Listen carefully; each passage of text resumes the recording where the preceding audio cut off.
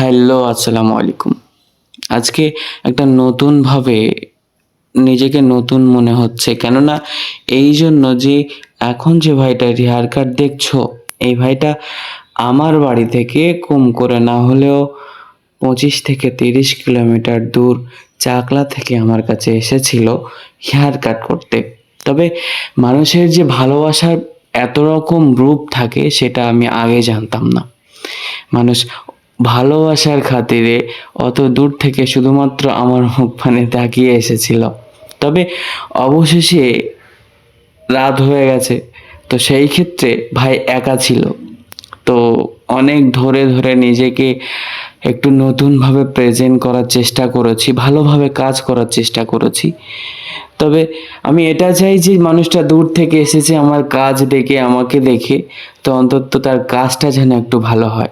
ওই জন্য আর ইনি এমন একটা ব্যক্তি যে আমার প্রত্যেকটা ভিডিও দেখার জন্য অপেক্ষা করে। যেদিন ভিডিও না ছাড়ি ফোন করে যে আজকে ভিডিও ছাড়োনি কেন।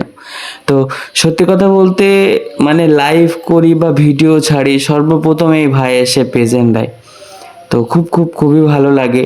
আরও সেই ভালোবাসাটাকে বাস্তবায়ন করার জন্য আমার দোকানে চলে এসেছি হেয়ার কাট করার জন্য। তো যাই হোক, সবাই এরকম যদি ভালোবেসে মিলেমিশে থাকি না, তাহলে কোনো না কোনো সময় যদি বিপদে পড়া যায় না, সেই ক্ষেত্রে অনেক ক্ষেত্রে উদ্ধার হওয়া যায়।